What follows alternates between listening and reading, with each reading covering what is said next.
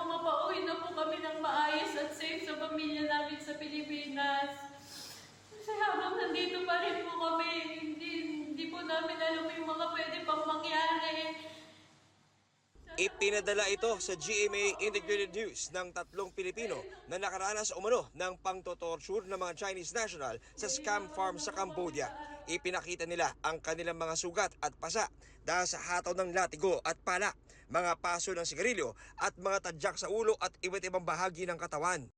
Dinala raw sila ng 15 Chino sa isang bakanteng lote 10 oras ng gabi at doon sinaktan matapos mabalita ang plano nilang umalis sa scam hub.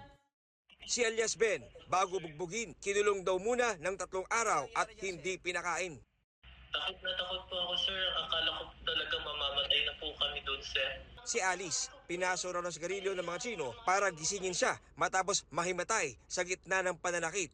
Pagkatapon po sa akin sa may lupa po na puro bato-bato, ito po yung unang bumagsak. Napaganon po ako tapos may bigla po ulit tumadyak.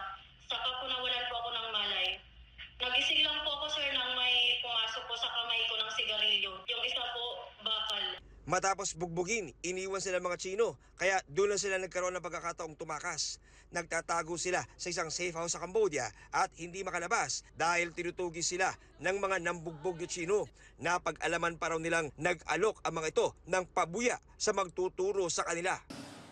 Hindi po namin maisip kung ano ba yung mga pwedeng gawin kasi pinapahanda pa rin po kami ngayon. Sana po matulungan niyo po kami papauwi na. Ang apela ng 3 nakarating na sa NBI na nangakong nakikipag-ugnayan sila sa ibang ahensya at Interpol para masaklolohan sila.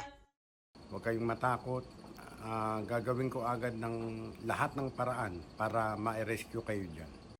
Para sa GMA Integrated News, John Consulta, nakatutok 24 oras.